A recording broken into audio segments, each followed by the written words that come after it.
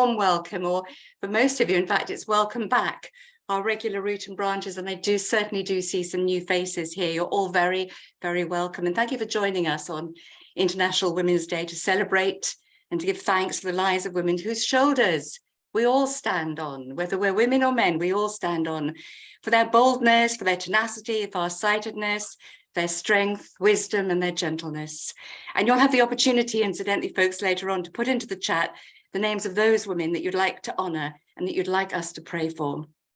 And also, of course, for all those men who have and who continue to show solidarity with women everywhere. Maya Angelou, the writer, you'll know her, the activist, the singer, the feminist, the civil rights champion, the everything else, said, each time a woman stands up for herself, without knowing it possibly, without claiming it, she stands up for all women. So we thank the women we'll hear about this evening, and the women and men everywhere who champion equity and justice, both within our church and within the wider world. Now, very briefly, you'll know that this year's International Women's Day theme is embrace equity. And equity isn't just a nice to have, it's a must have. And a focus on gender equity needs to be part, I think we'd all agree, that's why we're here, of every society's DNA, whether that's our workplaces, our families, our other communities, or our church, for the good of all. So let's welcome Mary Jo and Katharine to start our conversation tonight. Over to you, Sue. Sue's going to introduce our first speaker. But first of all, we have an opening prayer. We have an opening prayer. Mary? Mary V's going to read, yeah. Okay, I'm here. Thanks. We're choosing life with open eyes. We're aligning ourselves with all who work for justice, peace, and liberation. We are placing ourselves on the side of life. Christ, whose cross has been used and abused to justify slavery, the abuse of women and the poor, make us strong to resist every exploitation of another and ready to pay the cost of the struggle for life.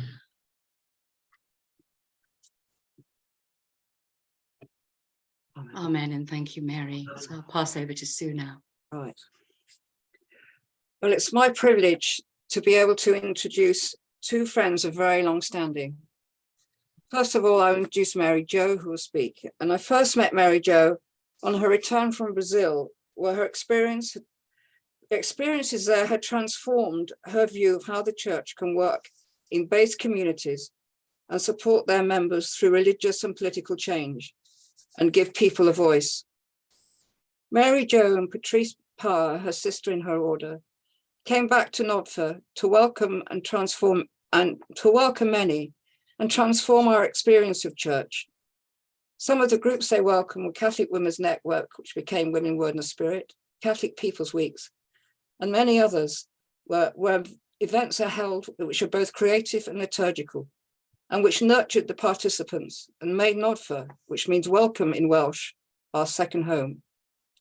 Mary Jo also has worldwide contacts and connections through her order with justice, peace, and integrity of creation movements. She will touch on these and many of the other of her concerns in her presentation. Over to you, Mary Jo. So, well, we have the theme, Finding Our Voice, and we're going to look at women's struggle across the centuries, hoping this will inspire us to find our voice and use it effectively. This is a collection of names and ideas that might help in our discussion later. The UN theme for this year is about gender equality in the digital field, with a special concern for Africa and other places where girls especially do not have access to technology. So it shows the concern for equity, justice, and solidarity, always key elements in women's struggle. So next one.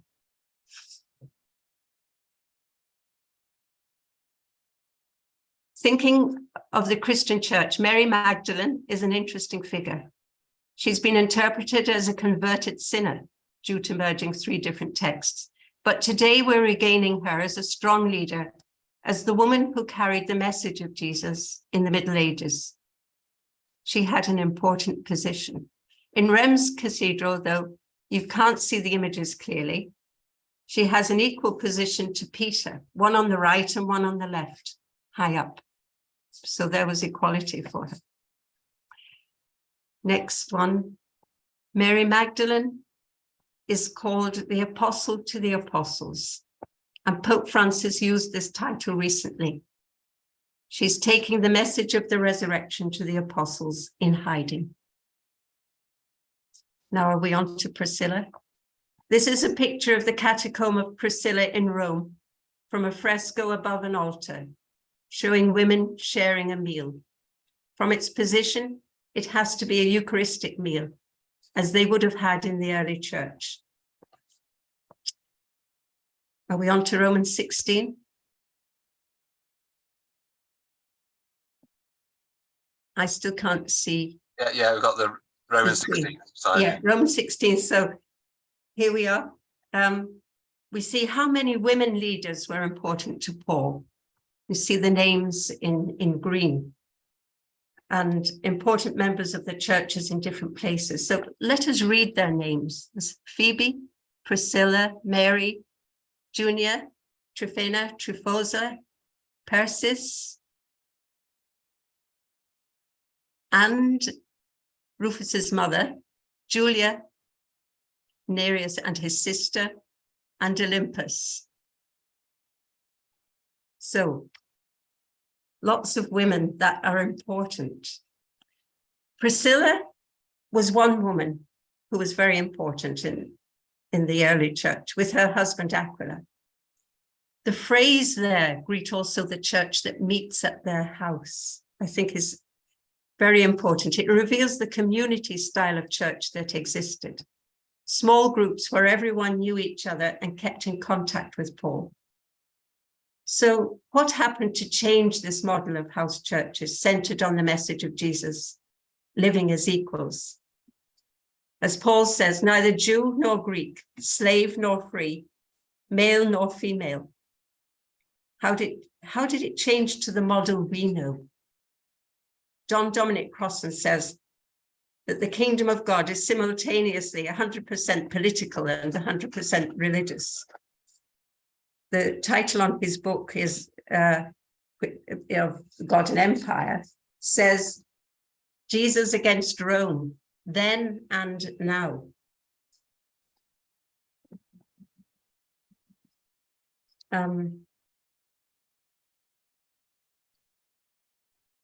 Are we on to number 7 then? Things changed when the Emperor Constantine became a Christian and used the Christian church as a means of spreading his empire.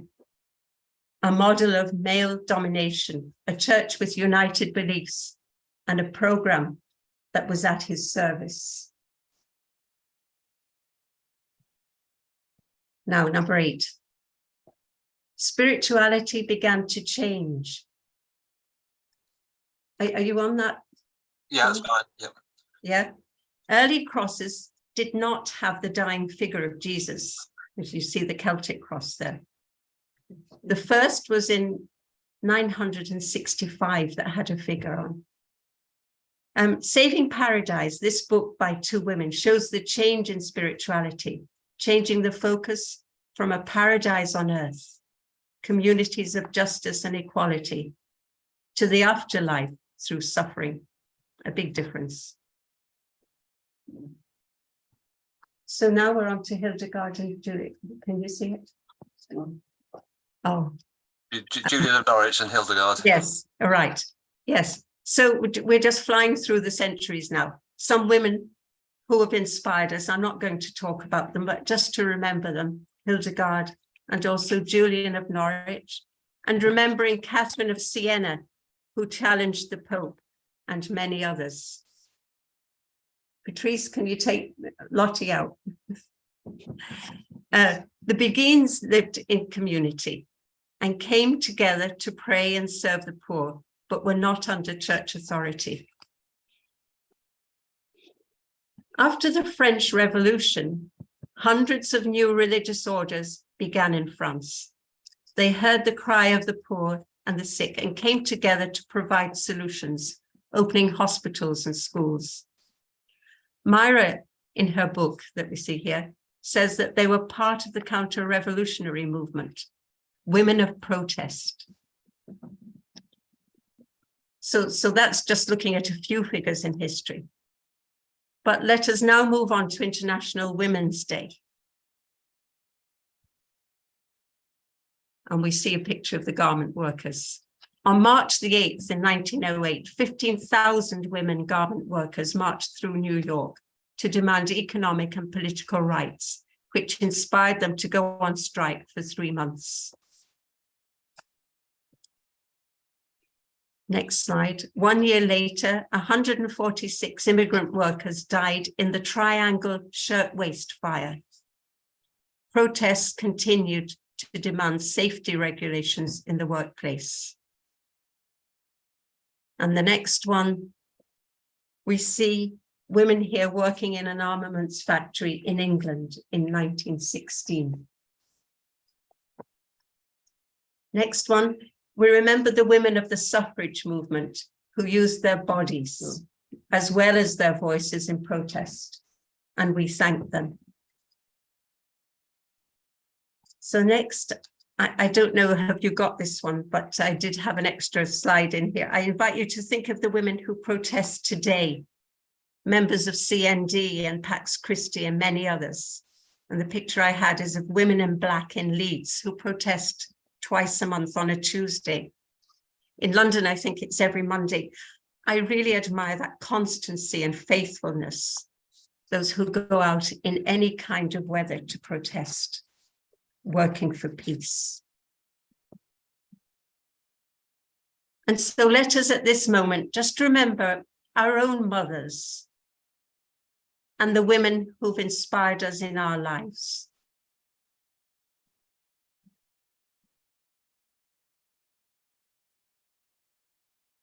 And we also remember the men who support us in this struggle, particularly the men belonging to Root and Branch. So now for the next slide, we move on to Brazil.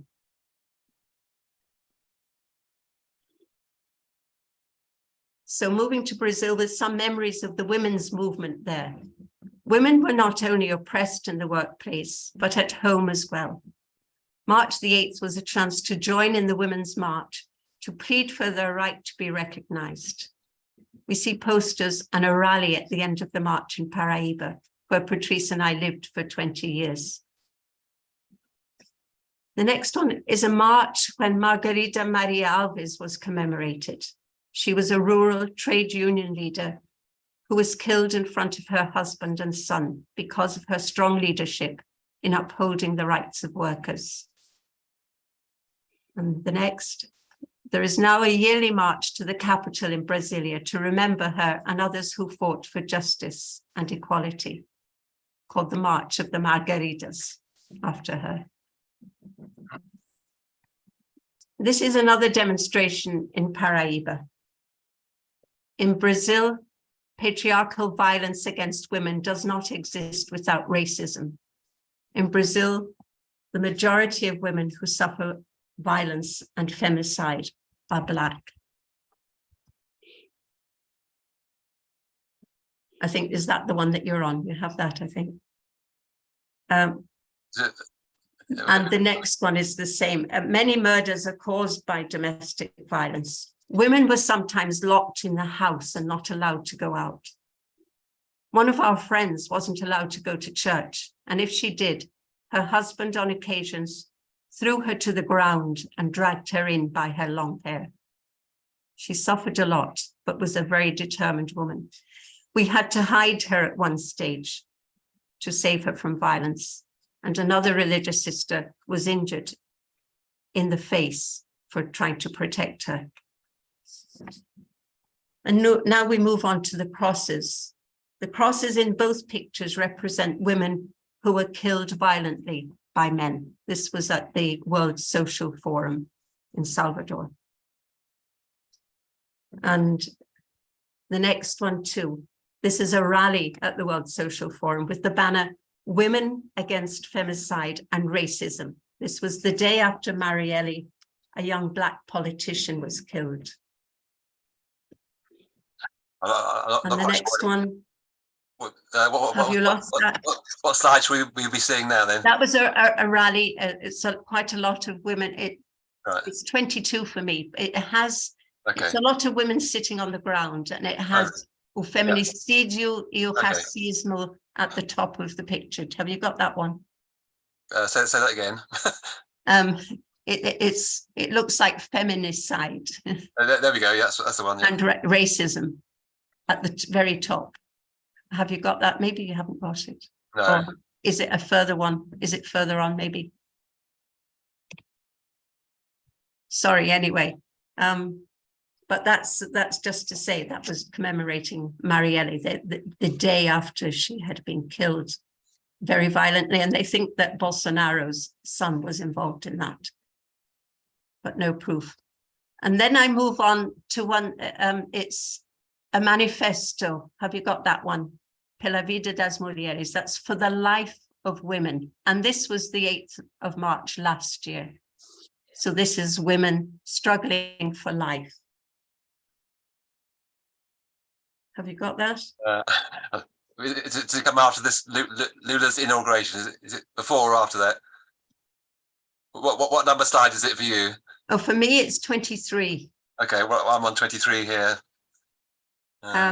I think the slides. Well, have you got Lula's inauguration yet? Yeah, we're on that. We're on that. Oh, you're on that. Okay. So this is Lula's inauguration.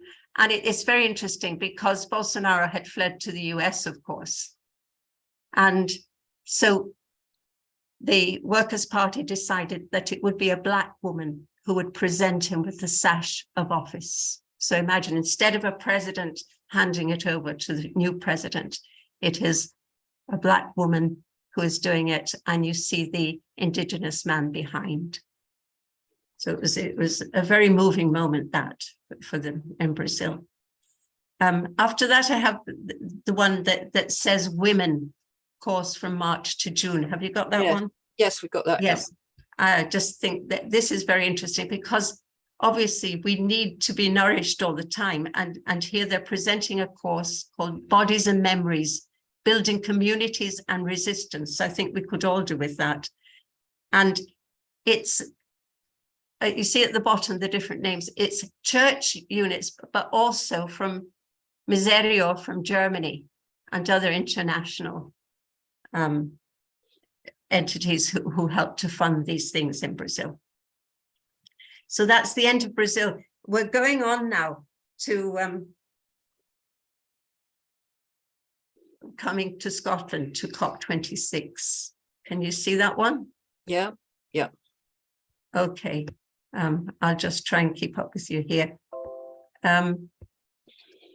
Okay, that's me with Maria Helena, who worked in CAFOD for years, and also a Brazilian woman in the middle. And she had lost her sister and brother-in-law in the fight for land. But it was very moving. And it just struck me, you know, when you're marching, you meet so many people of like minds, and there's a great spirit. You know, really, it's something that does you good. In the other picture on the same slide, it's you might you need to go back a couple of slides. Go back a couple of slides. That's it. Yeah, thank you. Yeah, it's Maria Pizzoni, who was our faith, justice, and peace worker in Wrexham, and her son. And do you recognize who she's talking to? It's Bishop John Arnold. So there's one way of talking to bishops, you know, get them on a march, but I think he's one of the few who would go marching. Right. This also is COP26. It's the moment when the indigenous representatives from many countries launched their statement. There's two slides on, I think, Peter. There we are. No, one slide back now. Yeah. All right. Slide back. That's it. Yeah. Thank you. Theirs was a powerful voice, and they challenged us, saying that they know how to care for the earth, that we should follow them. It was a very, very powerful moment at COP26. This is another interesting group of mainly women who walked through England and Scotland to get to Glasgow. And there were storytellers. They camped in different places on their long journey up. You know, that took 3 or 4 weeks, and they talked to the people around, and they talked about their concern for the earth, and then moved on and kept sharing the stories, and they shared the stories when they came to COP26. So a great example of using their voice. So a question, how do we change the world? Lifestyle changes, acting together, that is very important, and protest and political actions. Perhaps we have to prepare ourselves for that. The woman in the picture had walked up through England and came to COP, but she had gathered patches on her way. People had given her little bits of material, and so she has the coat of many colours, the coat of patches. And it was a symbol of justice and listening to the people. And she invited some of the dignitaries, some of the chief politicians going into COP26 to take on that coat, you know, to wear it and to take on the needs and the requests that were coming from the people. So just a few questions to help our talk afterwards. How do we use our voice? A big question is Pope Francis listening to women? We can talk about it. Then the synod, I don't know how many were involved in meetings up to the synod in your diocese. You know, do you feel that it got you anywhere? Is there any change? Is there a way of using that material? I thought it was interesting that the Pope's prayer intention for March was for victims of abuse, which has been such a concern for Root and Branch. And I think very much Root and Branch is a great example of using our voice. So next one. I don't know if you on the same one. It's got Ukrainian refugees. Yes, yeah, we're on that one, Mary Jo. Yeah. On that one. Yeah. I think if, well, I'll read it through, but if you can just say it with me, it's from Elia Delio. We can cry with those who are mourning, with the forgotten, with those who are suffering, with the weak, with the imprisoned. We can mourn in solidarity of compassion, but we must live in the hope of new life, for we are Easter people, and we are called to celebrate the whole earth as the body of Christ. And my last screen, I think it is yours. I don't know. Have you got? I've got meeting and praying with others. Yes. This is my last one. It's the season of creation here in Nodfa. And I think this is, we use our voice by meeting and praying with others, especially with those from other churches, but in tune with the whole of creation. And here we are in Nodfa with the cat and the hen present among us, in tune with creation. So I think that's a good note to finish on. Okay. So I'd just like to introduce Katharine Salmon, who has always been the youngest and very theologically informed member of Catholic women's ordination and women's ordination worldwide from an early age. As head of religious studies in a department in a girls' high school in Sheffield, she has inspired her pupils to believe in the full equality of women in any sphere, but especially in the church. Katharine is a licensed lay minister in the Anglican Church and is now a candidate for the non-canonical order of the Immaculate Heart of Mary. Katharine writes liturgies and presides at liturgical events. Many moons ago, I described Katharine as already a priest. Recently, she was in Rome with her students at an audience with the Pope, displaying a T-shirt from the WOW conference in Ottawa, asking for women's ordination. Katharine is an inspiration for the future. Over to you, Katharine. Thank you, Sue, for those very kind words. A big warm welcome to everybody. Good evening for those who it's good evening, and I know it's good morning and good afternoon for some of you.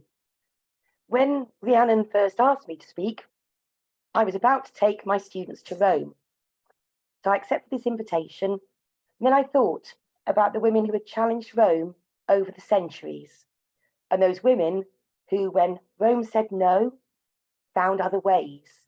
Because sometimes I think we get fed up with taking on bishops and priests and wondering where we're going. So I decided today to focus on 3 inspirational women. St. Catherine of Siena, my patron saint, who is buried in Rome, Mary Ward, who walked to Rome, and Anita Caspary, who had to go to Rome when her order was put under the spotlight by the Vatican.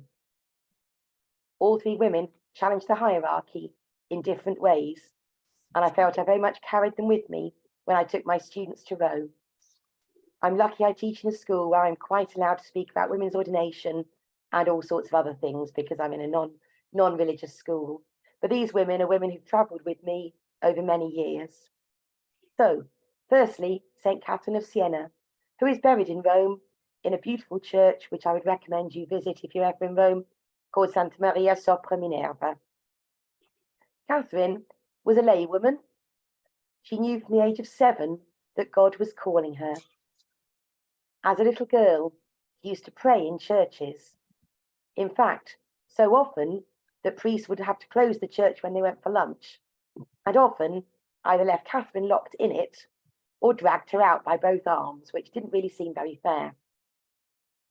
She was so determined to avoid marriage that she felt she was married to Christ in prayer.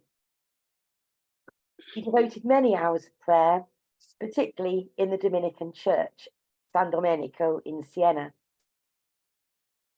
Catherine wanted to find a way to serve God that did not involve marriage. The only women she knew weren't really exactly nuns. They were the Mantellate, women who wore long black cloaks and prayed, very similar to the Beguine that Mary Jo mentioned. Women who visited, women who prayed, women who went round the homes of those who were sick. Initially, her mother refused to let her enter the Mantellate, saying, "Those are old women." But Catherine very cleverly asked God to help her find a way. Overnight, she came disfigured with smallpox, and her mother was so worried that she was going to die that she instantly relented. And when the Mantellate saw Catherine's face, they were quite happy to take her, because clearly she was no longer beautiful and would not be eligible for marriage. Catherine was very concerned about the schism in the church at that time. It was a period where there were 2 popes, one in Rome, one who had run off to Avignon, and Catherine was determined to try and bring the church back together. It is slightly ironic that those of us in the women's ordination movement are often accused of bringing schism into the church. But Catherine travelled many times to Rome, met with Pope Gregory, and although she wasn't literate herself, she dictated huge numbers of letters to try and reconcile the Pope with his church. Eventually, Pope Gregory returned to Rome, and so did Catherine. She returned to Rome, where she lived with her companions in rooms adjoining that particular church. It is an unusual church in that it's one that makes it very obvious that all are welcome to receive the Eucharist. And when I take my students who come from many, many different backgrounds, they are always made incredibly welcome. And I would say that's the feature of a lot of Dominicans. So Catherine has inspired and encouraged many lay women to become Dominicans. It is the order of preachers. Preachers and teachers often find their home within the Dominican order.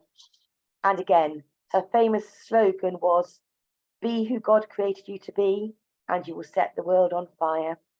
Those are words I give to every one of my sixth formers when they go off to university, and I think they live them pretty well.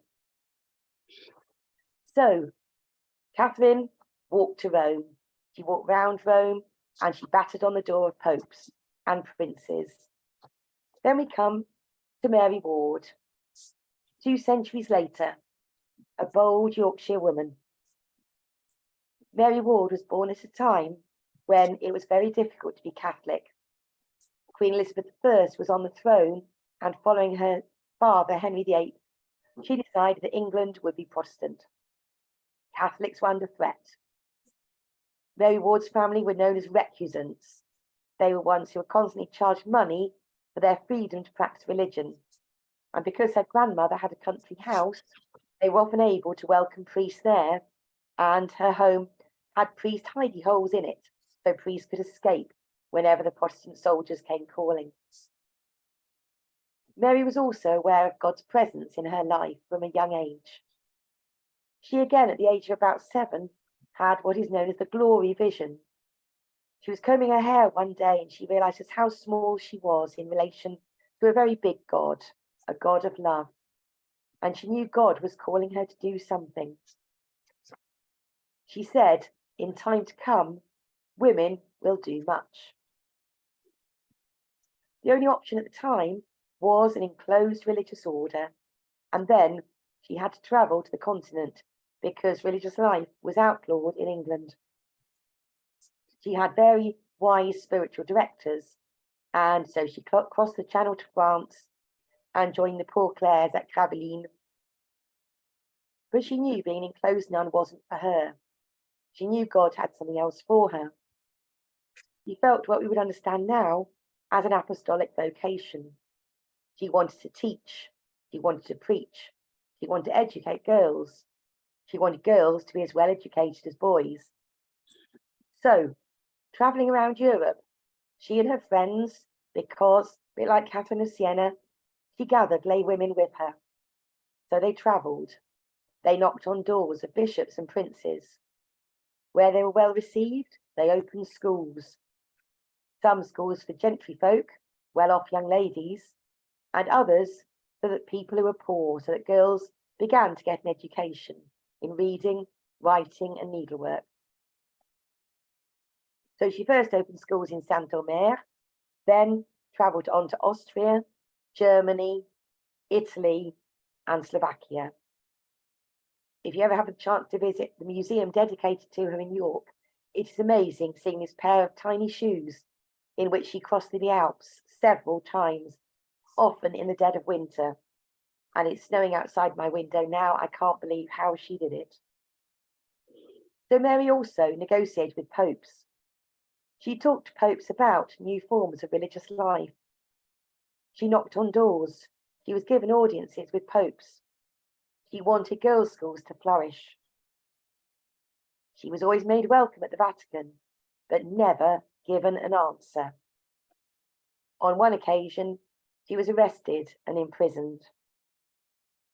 When she died, her community was in tatters.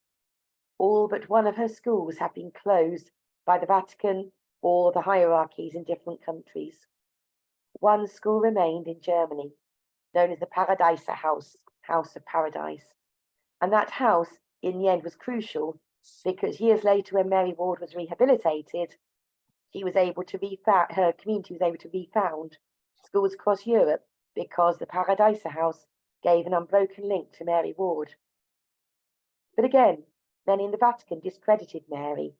Her name was blackened. Nobody believed she was the founder. Does that surprise you? Lots of people said, oh, she wasn't the real founder. And no, she was a very bad woman because she wouldn't be enclosed by the Vatican. Just see how these rumours started. Eventually, though, women who trusted what she did reopened schools in York, Cambridge, the south of England, near Manchester, and across Europe. And there is a flourishing link of Mary Ward schools around the world today. I've had the privilege of visiting Mary Ward schools in Canada and across Europe. But I think the fact her order was scattered made it so clear how difficult it was for women to be organised at that time. And also, even when you found favour with popes, you couldn't be sure they wouldn't turn their back on you. Until recently, there were 3 branches of the order: IBVMs, Lorettos, and Loretto North America. Now there are 2 branches, and they are working towards one generalate. God willing, by the next general chapter, it will be one community. They always followed the ideals of the Jesuits, the idea of not being enclosed and not having a distinctive habit, and they're on the way to achieving this. So another woman who fought for women to be educated. And that brings me to the third woman, Anita Caspary, a woman not particularly well known outside the States, although I was lucky I found a book on her years ago, and it took me a long time to find her community, but I'm now privileged to be a candidate for the Immaculate Heart of Mary community. Anita was part of the only religious order that survived Vatican attempts to close it down and still thrives today, although in a different form. She was a woman who believed passionately in educating girls and working for justice. She also went to Rome and sought change for her community. And when Rome refused, she and over 100 others became the non-canonical Immaculate Heart community, which flourishes today. Anita was born in 1915 and joined the Immaculate Heart of Mary community in Los Angeles. She was a wonderfully qualified teacher who inspired girls with English literature particularly, and also French literature. She believed passionately in good education for girls, but also believed in good education for teachers, otherwise they could not be the best they could be. My students were horrified today when I told them that Anita would have taught classes of 80 students in one room. And that was one thing she wanted to change with the Vatican, to say you could not expect sisters to teach like this. She herself was educated to doctorate level, and her order taught in parochial schools and at the Immaculate Heart College and the Immaculate Heart High School in Los Angeles. The sisters flourished in their education, but there was a fly in the ointment in the name of Cardinal McIntyre, a cardinal you could say who got rather too big for his boots. Archbishop of Los Angeles, he decided to really take on the Immaculate Heart Sisters. They wanted to modernize in the 1960s when Vatican II said that sisters could experiment with habit, with prayer at different times, and with different ministries. Anita was Mother General, and she encouraged her whole order to reflect on this, to decide what's suitable for sisters in a modern age and teaching in all kinds of communities, rather than fitting an hour's adoration and the divine office into a teaching schedule. Many of the ideas the IHMs came up with were the same as other orders that were modernising, the IBVMs, the CJs, the Sacred Hearts, but because they were an order that came under the auspices of the Cardinal, they had a run-in. Eventually, Cardinal James McIntyre gave Anita an ultimatum: conform or leave. The sisters were not put down easily. Anita's letters, with which she discussed the situation with Cardinal McIntyre and Cardinal Antonucci in Rome, survive, and we're privileged to have them in the archives. Anita tried very hard to save the community she believed in. After much prayer and discernment, she told all the sisters what they were going through, and they reflected and prayed together. Despite the dreadful situation they were in, 400 of them decided to remain together and form the Immaculate Heart of Mary community. Many carried on teaching in other schools and lived in smaller communities together and found new ways to be religious together. 51 decided to submit to the Vatican's diktats and carry on teaching in the schools in the Archdiocese. But the others flourished, and that's where I think the Immaculate Heart story differs from so many communities. They carried on, and they're still going. That was what amazed me when I rediscovered them in lockdown, and I can recommend to you the wonderful film Rebel Hearts that tells the story of the community. Anita was re-elected president of the Immaculate Heart community and was able to carry on supporting those sisters who had left, but also those sisters who are now finding ordinary jobs, working out budgets, buying ordinary clothes. The community has been constantly willing to change. We now admit Christians of all traditions and admit men as well as women.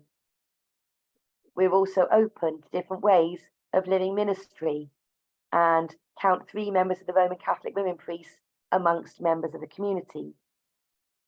We are today a flourishing community of, I think, 108, although somebody may correct me later, flourishing and stretching from California to Canada to Sheffield. We live a spirituality of prayer and justice and serve on commissions working for justice for women, refugees, and the environment.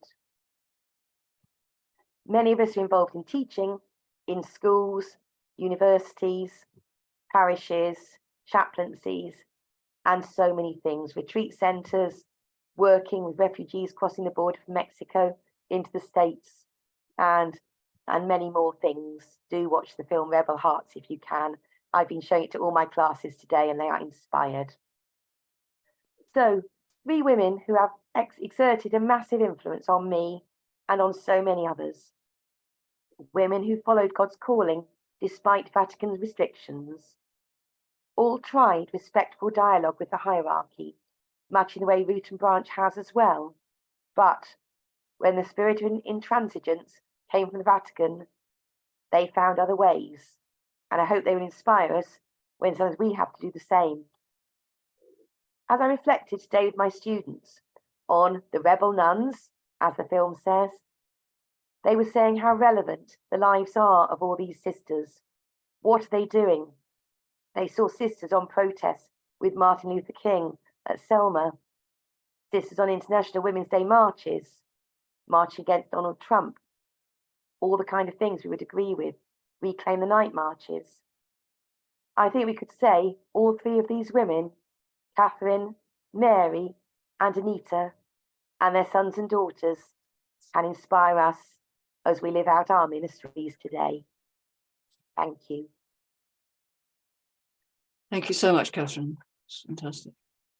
And I'd just like to do a proper thank you really to both speakers for coming along and giving us very, very important views of their experiences and perspectives. And Mary Jo is a perspective of religious who offered great support to those who had no voice. And her work now at Nodfer and beyond, which offers important space for reflection and creativity. Mary Jo's links with global peace, justice, and care for the earth are an inspiration for us all to be involved in. And to Katharine, giving us a historic perspective for brave women who had to carve out new ways of being and acting for women in religious and other settings. Anita's inspiration carries on today, which is lovely to hear a modern founder. Thank you both very much. We now hand over to the people who will be dealing with the chat and the questions. Thank you so much, and we hope we hear you again, I have to say. Thank you, both of you. Thanks. We've actually got about 20 minutes for chat and questions. I should introduce you to my colleagues who'll be hosting that in a second, because that's going to be followed by a beautiful short liturgy. So just to say to you again that the chats, your questions, any questions or observations or comments you put in the chat will be saved, will be anonymized, and will be shared with you all. So this is just the start of the conversation. And if we're lucky, we may be able to prevail upon Katharine and Mary Jo to come back and continue the conversation with us. In the meantime, can I hand over to you, Kevin and Mary Varley? Oh, yes, Hi, that they'll tell you their roles for the next 20 minutes or so. Thank you. Right, it's now question time. For those who would like to raise a hand, preferably using the Zoom hand, the virtual hand, if you could click on that, and that will go to the front of the queue, and I will see it, and then I will then call you out where you can speak your question.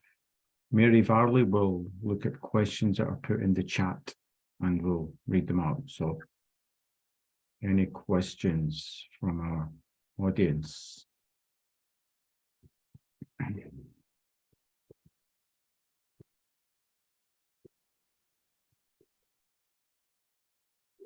Yes, we have one from Gillian Dempsey. Gillian, could you unmute yourself? Yes. Yes, I have done that. It's just to say, Katharine, thank you very much. That was really interesting, especially about Anita, because I knew nothing about her. So that was really good.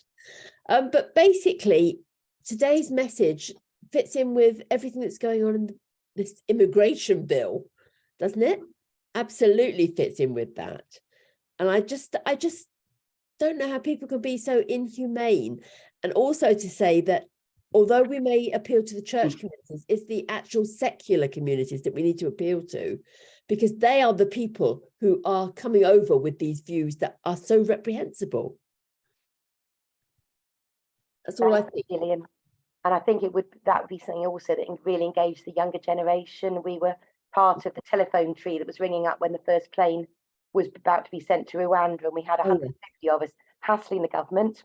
I mean, I went to bed that night knowing there were 3 people still on the plane, And I prayed for those 3 because I didn't know how to get them off. And it got to 11 o'clock at night. And they When I didn't woke take up the off. next morning and put my email on, I just cried because I heard the plane wasn't going to fly and those people have been saved. I thought that is the power of what community is about. And Yeah. that's what galvanizes so many people into standing up together. It is. And I think we do need to stand together. But it's very important that we get only not the church community, but the secular community on board. Because I know a lot of people my age, men my age, who will say things to me they wouldn't dream of saying to a younger woman. And I have actually said to them, do not say that to someone young because you will be crucified. Because it's wrong what they say. I have worked all my life and I've suffered from sexism. And so it's important that people know. I mean, the men who support us here are wonderful, but I do think it's important that we reach out to the secular community as well. Okay, that's all I have to say. Okay, thank you, Gillian. Mary, is there anyone coming through on the chat? No, no questions, but Mary Leslie's reminding us to take back our power. No. I think none. We have a question from Rita Price. Rita, could you unmute yourself and the floor is yours. I'm just so preoccupied with the so oppressive role that the Vatican has taken over time, that makes the voice of women so remote. So the question that was presented to us was, is Pope Francis hearing what women are saying? And I'm exercised to say, is this really worth it? The Vatican can be so dictatorial. And I know that from some religious orders I'm in contact with, in the way that it dictates what they must do and what they must wear and all sorts of things. And similarly, it's less overt preoccupation with the role of women. I just feel as though I feel a sort of a hopelessness when the machines are so strong. And I just wonder, I'm inspired by these wonderful women, but I'm not sure we have the machine even now. So I'm making a statement. I'm not quite asking a question, but I think we do need to think very carefully about what influence we really have. Okay, thank you, Rita. I don't know if Mary Jo or if Katharine would like to comment on what Rita shared.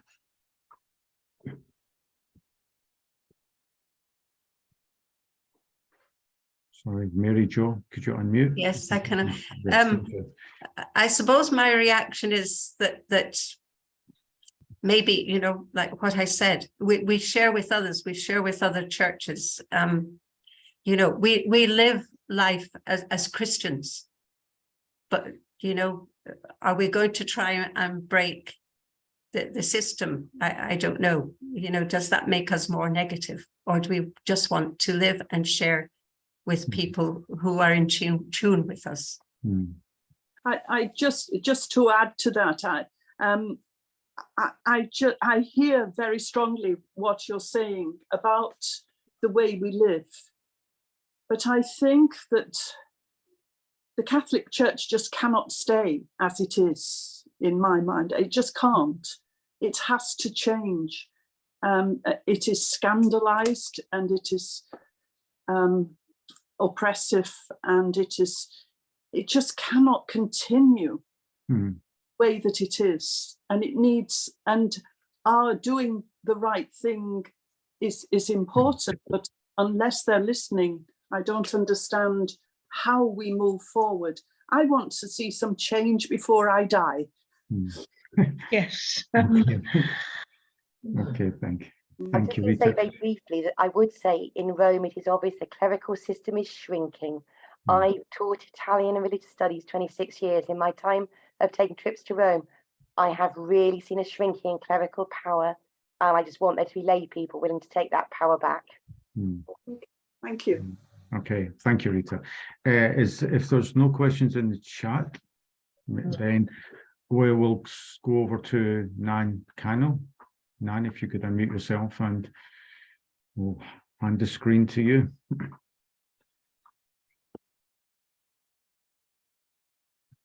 Hello, everyone. Hello. I'm very moved to be here with everyone. I'm a recently retired vice president of the Immaculate Heart community. And we are so blessed that Katharine has found us and reading our books and inspiring us. She came to Los Angeles and we all fell in love right away.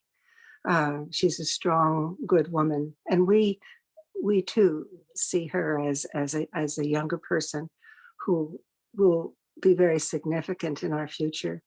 And for my brothers and sisters here, I would just say, go on. You know, I've given up on really reforming the Catholic Church, but we worship together. And although we say we're rooted in Jesus Christ, for me, the roots of Jesus extend all the way to Buddha. So they're the tendrils, we talk about roots and growth, that I think we're blessed in each other's company and courage. And I think we're all close sisters and brothers. Hold us in prayer as we do you, and just go on. Okay, thank you now. Thank you. Mary, there's something coming up in the, chat. We do have a question, and it's this: can the synodal process offer ways to really challenge and change the clericalized system? I can see people shaking their head.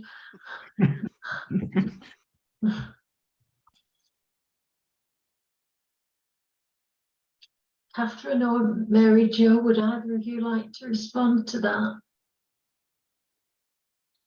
You would need to unmute. You would need to unmute. Yeah.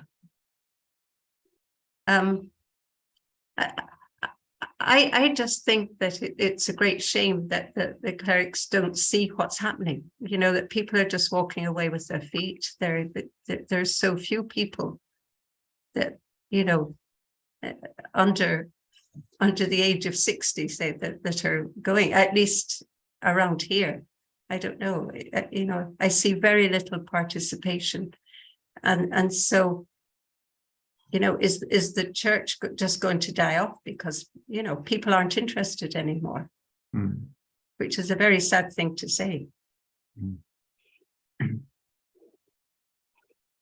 I think young people are going cross-denominational, because I see the children I teach who have a faith, and I see them at ease worshipping wherever they are, wherever their friends are, meeting in prayer groups, but not groups necessarily authorized by any particular system.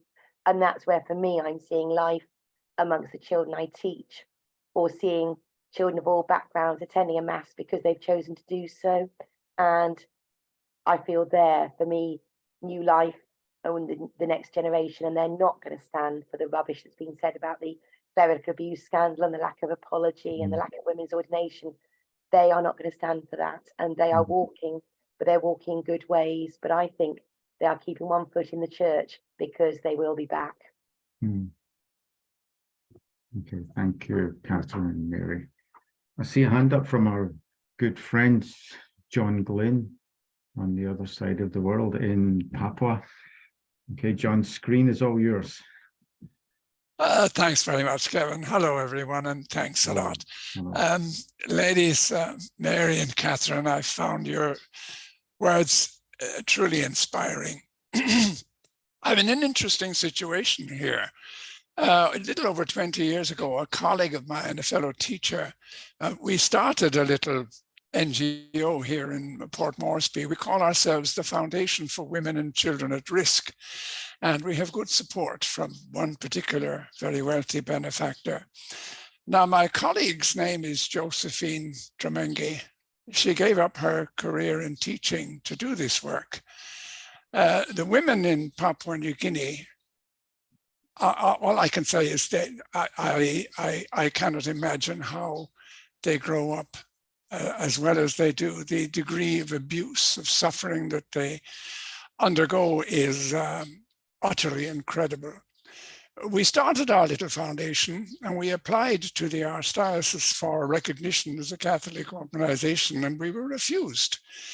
In fact, the bishop at the time, the archbishop at the time, who's now a cardinal, asked me to stop what I was doing.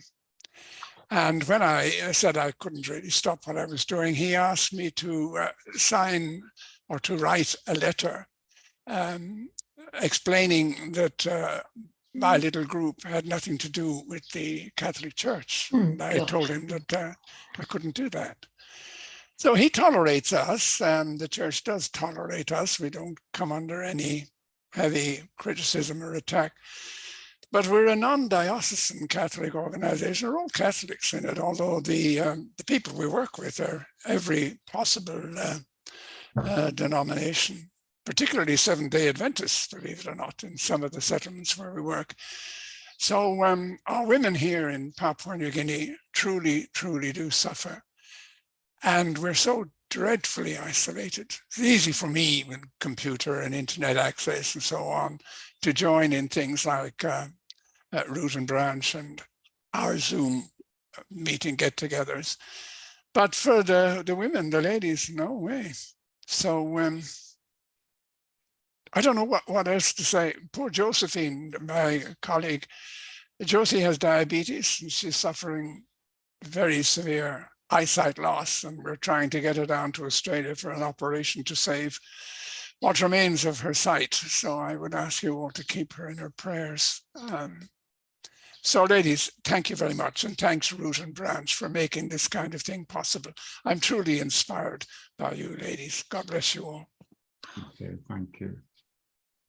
Thank you, John. Thanks for that. Thank you for that. John. Yeah, wonderful. Sure.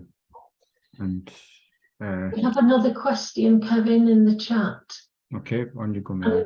I think this question might be put out to all of us. I'm sure lots of people have some views here. What's the real reason that Pope Francis opposes ordaining women?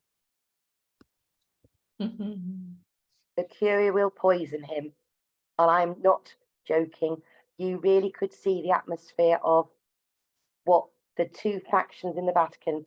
We went straight after Benedict's death. It was very clear the vultures are gathering again to try and find their next person to focus on. Now Benedict's gone. Why doesn't Pope Francis live in the Vatican Palace? Good reason. I don't think the risks of somebody bumping him off is an idle one. I really think it is a concern. I think he's making the changes he can, but I think the Curia are too powerful. You really do sense that in the Vatican, and I really do think he just knows it will finish him.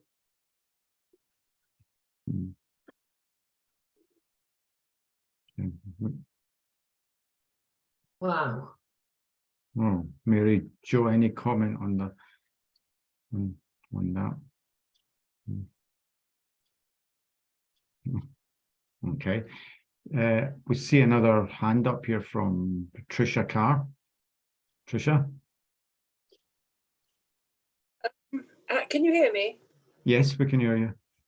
Right, thanks. I just want to say, carrying on from what you'd said there, as a couple of people before, the fact that the young priests coming out of the seminaries, they are so ultra traditional. And why is that happening? Who's allowing it to happen? I mean, they're so right wing. I mean, I do challenge these young fellows, but I mean, they're brainwashed completely. So what do you do to them? I mean, what can one do, and why is it being allowed to happen? They must know it's not going to help them, or don't they?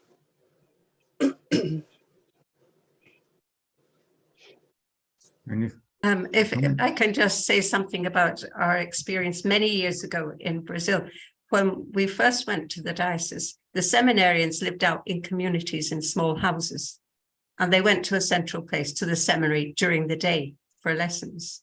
So they were very much part of the community. And they also had women, you know, sisters and lay women teaching them. And then all of a sudden came a decree from Rome, and they had to go back into the seminary, into the one building, and women were banned from teaching in the seminary. That's a long time ago, but I think that it stopped a movement whereby, you know, seminarians were getting good theology and good training. Thank you. So basically, they're all being completely brainwashed by a very small and receding group of people, because each generation is getting smaller and smaller and smaller. So somebody's saying earlier, they have to change eventually or die. Yeah. In the meantime, what can we ordinary people do to them? Apart from praying for them. I do say challenge them. I had an experience, this will make you laugh. I was with the Mary Ward sisters in York. We were having a lovely cup of tea together. When in walked two of the priests in the arch-conservative parish next to York Minster, who are terrifyingly conservative. And as they were holding forth, their eyes slid to my sweatshirt that said ordain women now. The fear in their eyes was incredible. And because they were there having cups of tea, they had to be nice. They said some pretty appalling things, and I gave them pretty tough theology back again. And I think what we've got to realise is those priests need challenges. We have to challenge them. It's hard. They're then likened women on the altar to dog excrement. And I'm putting that politely because I'm on a root and branch seminar. But what I then said is to friends who go to that parish, stop paying. If we stop pay, pray and obey, they cannot continue. Thank you. Well, I do. I'm about the only one that does, and I get quite a bit of flack from it. Okay, thank you, Katharine. But maybe from a psychological point of view, maybe you do raise an interesting question: is that are men afraid of women? Right? Men. Is there a fear? Is there some internal fear? Maybe, but that's another topic. Could I just chip in to say that the do-it-yourself groups are the one way forward, Tricia? So the do-it-yourself groups are the one way forward if you're feeling very isolated. And we're doing our own liturgies now. Yeah. Oh, yes, thank you. Yeah, sorry. If you want to be put in touch with any of them, just send us an email, Tricia. Yes. Well, I thought I had was yes, thank you. I will. Thank you. Thank you, Tricia. Mary, anything else in the chat? If not, there's a hand up here. Mary, you'll need to unmute yourself. We can't hear you. Looking away. Right. Okay.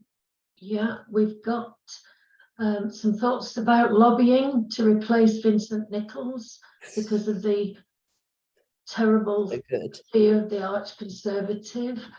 There's some views, a deep clerical fear of women. An interesting point about new research showing Catholic young women 18 to 25 are more conservative than the over 70s. Well, that's certainly true for me. I Absolutely. Because anything but radical. Okay. Shall I was going to say briefly, Vin Nicol is worth lobbying. I and others regularly write to him about the abuse crisis, and believe me, he is trying to run from us, but he can't hide. Please email, please keep it up. We need to break these who, like McCarrick in the States, got away with it. Nichols cannot get away with it, and we just have to keep trying, because the more we lobby, those walls will fall. Thank you, Katharine. Okay, thank you, Katharine. We've got another hand up here from Gillian. Okay, it was just really to say, it was a comment more than a question, just to say that my daughter has said that actually when you take away someone's privilege, they think they've lost something. And I think that's what you're doing. When you challenge men, you're taking away their privilege as priests. And so they don't like it. They think they're losing something. I wouldn't disagree with what you say, but that's just it. Okay, Could I put a hand up actually, because I haven't got a hand up, but I would like to say something, that the model of the Anglican Church really is a very important model, because they have synods where people have voices are heard, where they have voting principles, and they have men and women in their seminaries. We need to close our seminaries if we don't have equality. We cannot support them. They may have had good seminaries in Brazil when they sent people out to the to the communities, but that was stopped. We have to have a different model of training, let alone anything else. Anyway, that's just my little contribution, sorry, because other people I'm sure want to say something. Okay. Yeah, thank you. Thank you. So Mary, anything else in the chat? No. Mary Jo, unmute if you want to say something. Yes, please. I was just wondering, just to change the conversation a bit, has anybody got some good stories about women that they know who are doing good things, seeing it's Women's Day, rather than, just thinking negatively as we finish? It would be nice to hear some good stories, some strong women, please. Maybe I've got one from, as a man as well. I lived in Taiwan for 26 years. And when I first arrived there, well, I was a volunteer, but you get an allowance. But because you were a man, you got an extra 20% uplift on your basic allowance just because you were a man. Right? But then 20 years later, we've got a woman president in Taiwan. Right? And this is Asia. LGBT rights, same-sex marriage, and so on. That's a non-Christian culture. It just shows you what people can do. So there's a very positive story. That's great. From a very small country, non-Christian country on the other side of the world.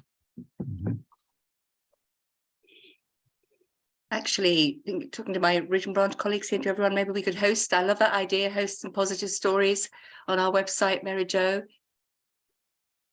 Encourage people to send them in. Brilliant. Thank you. I think Morag has a hand up there. Yes, Morag. Oh, will you unmute Morag, please? Yes, I've just unmuted. I nearly forgot about that. Yes, I would like to say that when I was ordained as an RCWP, I was excommunicated. There was an amazing excommunication interview with my parish priest, who had to interview me on behalf of Cardinal Keith O'Brien. But anyway, they made it very clear to me that I must remain a member of the parish, and that I was really expected to continue attending Mass. But although I was excommunicated, but although they couldn't give me any more sacraments, although they would give me last rites, but at Sunday Mass, they'd be more than happy to give me a blessing instead. So I thought about this for a few Sundays and then decided I would accept the blessing. So I stood in the queue and did this and had the blessing. And after 2-3 more weeks, it suddenly occurred to me, but well, I'm a priest too. I could return the blessing. So for about 13 years now, when I go to Mass and I'm given the blessing, I then bless the priest who's blessed me. Now, in all these years, nobody has said anything about it. And I still do it. This is keeping on, shall we say, I'm harping on Sunday after Sunday that women ought to be ordained. And actually, the priests in the parish, and they're Dominicans, they've always been extremely nice to me. Yes, extremely nice. And of course, some of the parishioners do know about my ordination, and they're extremely nice and supportive to me. It's lovely. But I mean, there are other things people can do. Yes, years ago, I stopped donating money to the church. I donate nothing to the church. Nobody has ever said anything about it. But if lots of people did that, that could become very effective. I mean, but of course, the other thing is, if there are things you really object to, then make some kind of effective protest. When I graduated with my BD degree, the principle of Edinburgh University School of Divinity said to me, the Vatican's a hard nut to crack. I think you should hit it harder. So I did the very best way I knew how. I actually managed to get ordained as an RCWP. Now that one really goes right up the Vatican's nose. It upsets them so much, they excommunicate you. So that to me is the ultimate protest. If you're a Catholic woman, that's the way to go about it. That one really upsets the Vatican and the Pope and the Curia and all the hierarchy. I mean, the top hierarchy, lower down the hierarchy. I think they've got used to the idea. They see a lot of them are quite happy with it actually, and they're really nice to me. Okay, thank you.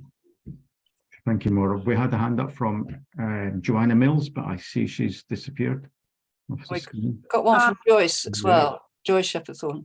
Okay, Joyce. I think that's one of the reasons why the Vatican at the moment is so against the German synodal pathway. When you every time they criticize it because of the ordination of women, because of the way that they want to do away with clericalism, and also because of the way they are putting together that council where everyone is being included in it, lay people, and giving advice. And I think everyone is very threatened by it at the Vatican. There was an article recently in one of the tablets, because the Pope said something and the bishop said back, why didn't Pope Francis make that remark to us rather than an offhand remark outside the meeting we had with him? And every time there is an observation about it, about the synodal pathway there, there is always that underlying fear that lay people, particularly women, are going to be in decision-making positions, are going to be asking for ordination, and are going to be asking for what is really necessary in the church, that we go back to where we belong when Jesus had the followers. So I think that the German way might be the new, it's like the amoeba putting out a pseudopodia to move forward. And I think they are the people who are going to move the church forward. Okay, thank you. Thank you, Joyce. I don't know if Katharine or Mary Jo wants to comment on. Okay. I think the synodal path in Germany gives a great deal of hope, because I feel in Germany and Austria, there are also bishops who do support it, and that's where I think Germany, Austria have gone further than us. But I would like to respond as well to Morag's point earlier. Morag, you know how strongly I support Roman Catholic women priests, and I would also say one of the most powerful things anyone did for me when I was excommunicated was to carry on share the Eucharist with me. The friends who broke their host, came down the aisle, gave it to me, or gave it to me outside churches, because that's another way to challenge.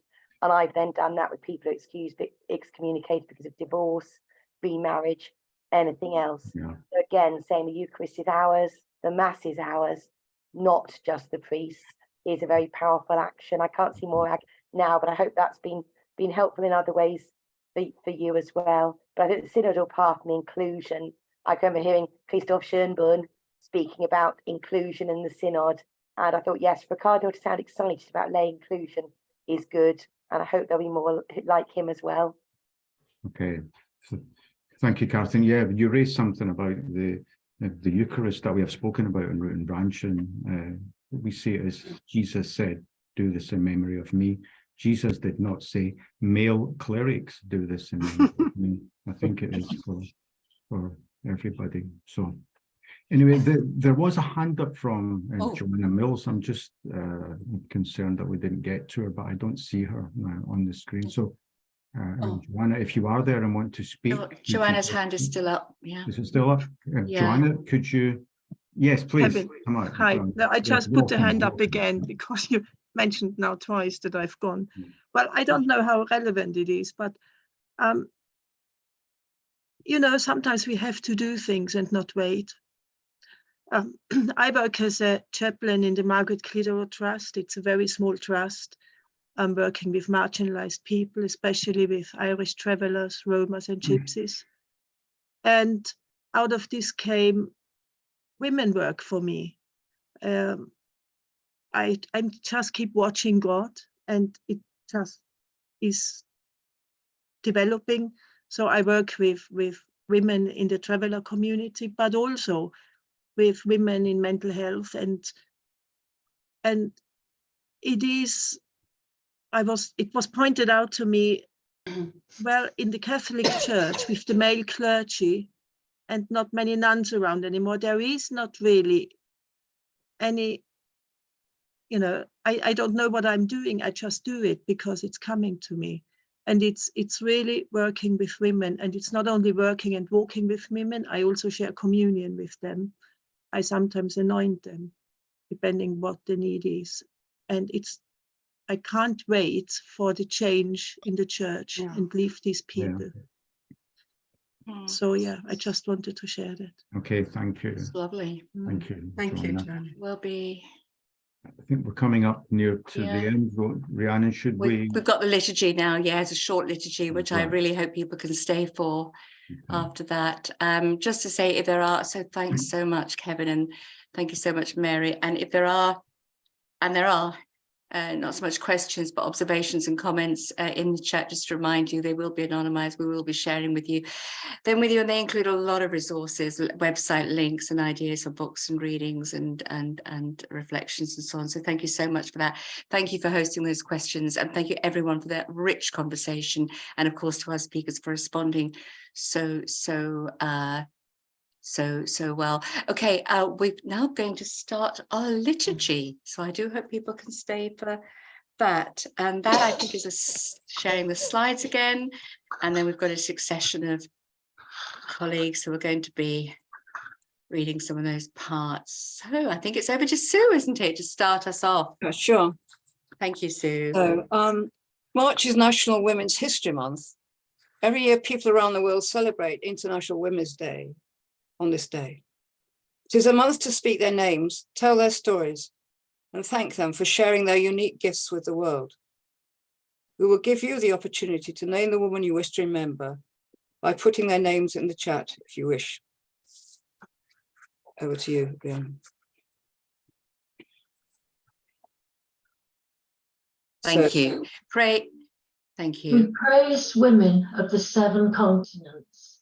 Praise to you, sisters of Asia, for your strong resistance to oppression. Praise to you, sisters of Africa, for raising your voices in the public square. Praise to you, sisters of Europe, for leadership in peacekeeping. Here we can remember the peace women of Northern Ireland, the women in black in Palestine, and the women of Ukraine who pay for peace. Praise to you, sisters of North America, for confronting inequalities of race and class.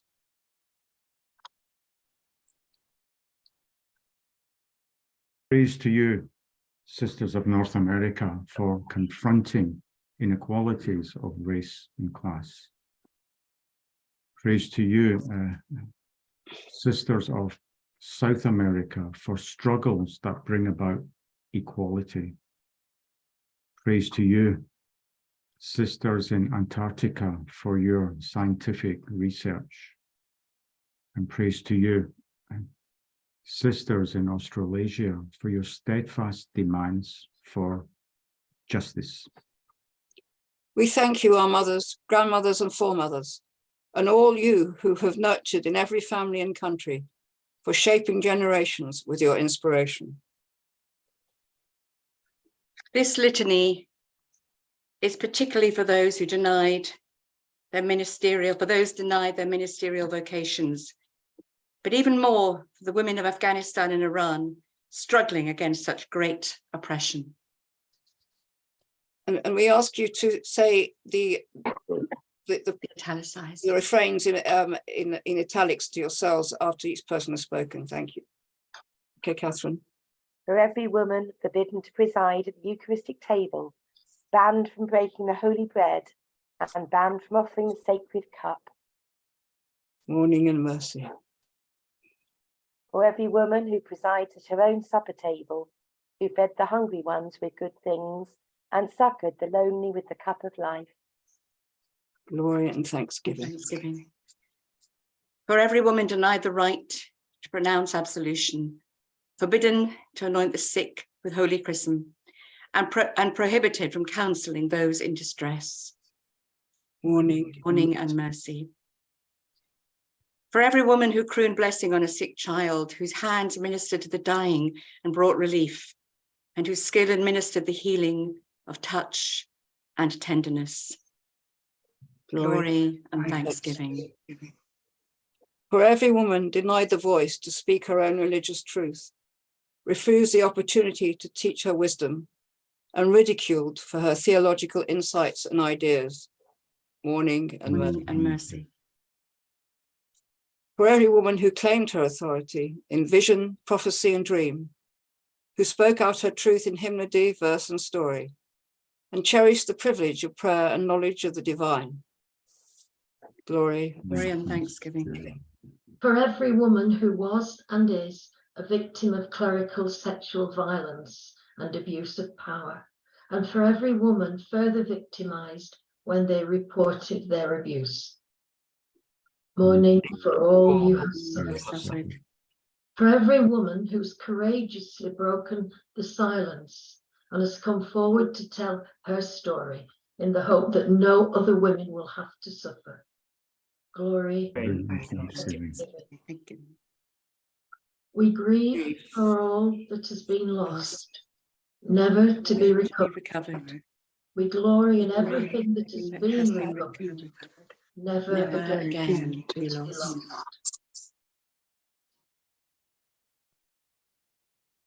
Holy Spirit, woman spirit of God, lead us from death to life, from falsehood to truth, and from fear to trust. Let light and peace fill our hearts, our world, our universe. Let us dream, work, and build together one world of equality. Amen. Amen.